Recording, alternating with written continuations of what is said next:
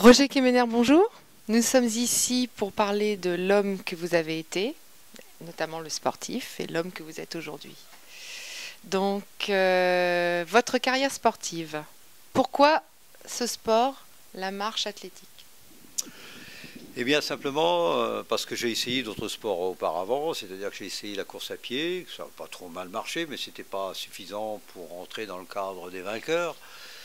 J'ai essayé également le vélo, ben, ma foi je me suis aperçu que c'est un sport très difficile également, qu'il y a beaucoup, il faut quand même, il y a du matériel, il y a des crevaisons et donc il y a des aléas. Donc après, je voulais absolument gagner. Alors qu'est-ce qui me restait? Les boules, je sais pas moi. Donc j'ai vu à un certain moment la marche. Pourquoi pas la marche? Mais bon, après j'avais honte de ce sport. Donc j'ai regardé un petit peu ce que c'était.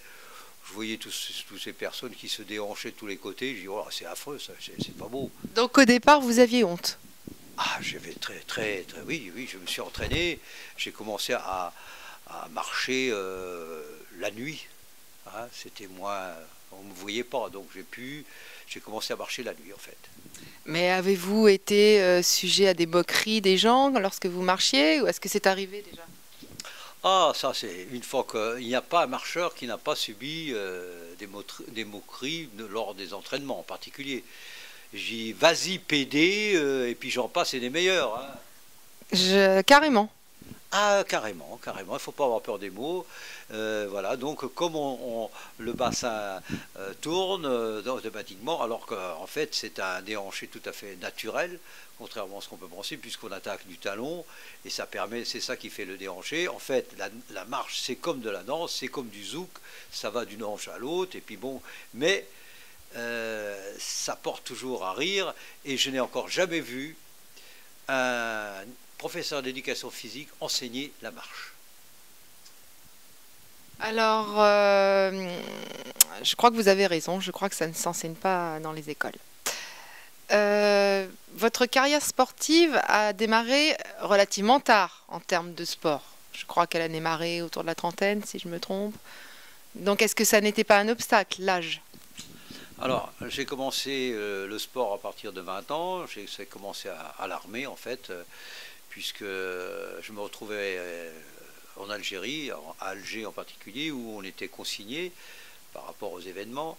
Et donc, j'ai commencé le sport. J'ai commencé par l'haltérophilie, en fait. J'ai commencé parce que je trouvais qu'ils étaient beaux.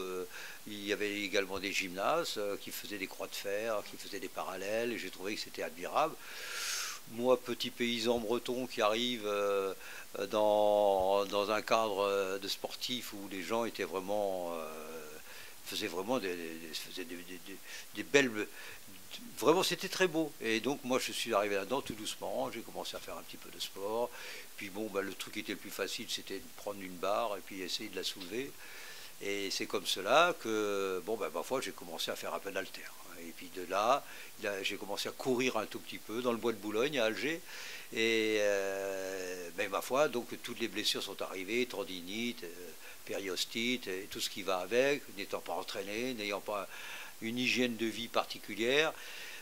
Mais c'est à partir de là que j'ai commencé à faire attention à mon alimentation, parce que j'ai vu mes amis partir d'Alger dans des états relativement pitoyables, parce qu'il y avait le bar qui se trouvait là, et il y avait de la bière, il faisait chaud, et bon, donc c'était surtout pas cette lignée qu'il fallait prendre.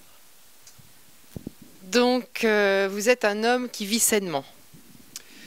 Bah, j'essaye de vivre sainement parce que si dès l'instant qu'on fait du sport de compétition, on n'a pas le choix.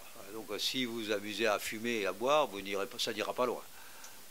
Nous avons donc parlé un petit peu du sportif. Parlons maintenant de l'homme que vous êtes en dehors du sport. Donc, vous avez un loisir, c'est bien connu de tous, la danse. Donc, pouvez-vous nous parler un petit peu du danseur? Alors la danse est venue parce que je me retrouvais évidemment dans les années 55-60. Vous voyez, c'est pas hier.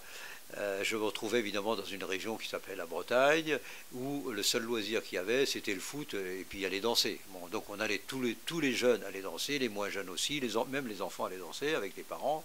Donc on se retrouvait dans la danse. Et puis il a fallu tirer sa petite épingle du jeu, en apprendre à danser sur les pistes tranquillement, avec toutes les difficultés qu'il y a, parce qu'évidemment la concurrence est rude, c'est comme en compétition, la concurrence est extrêmement rude sur les pistes de danse. Hein. Bon, vous avez des vieux routiers qui sont là et qui ne font absolument pas de place aux jeunes pousses qui arrivent.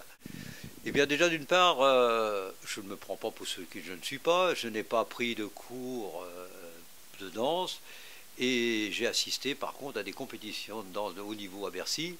Donc quand on voit des athlètes professionnels danser, ça calme.